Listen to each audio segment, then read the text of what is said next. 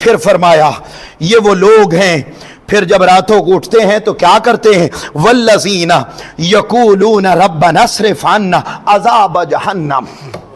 وہ راتوں کو اٹھ کر مصلی پر آتے اور آ کر اپنے مولا سے دعا کرتے ہیں، مولا تیرا وہ دردناک عذاب، وہ تیرا دردناک عذاب کہ جو جس آگ کو احادیث میں بیان کیا کہ دنیا کی آگ سے 70 گنا زیادہ جس کی تپش، جس کی ہاٹنس، جس کی گرمی، وہ 70 ٹائم زیادہ.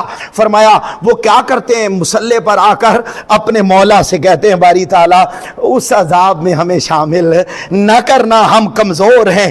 ان عذابہا کان غراما، بے شک تیرا عذاب بڑا گلے کا پھندا ہے.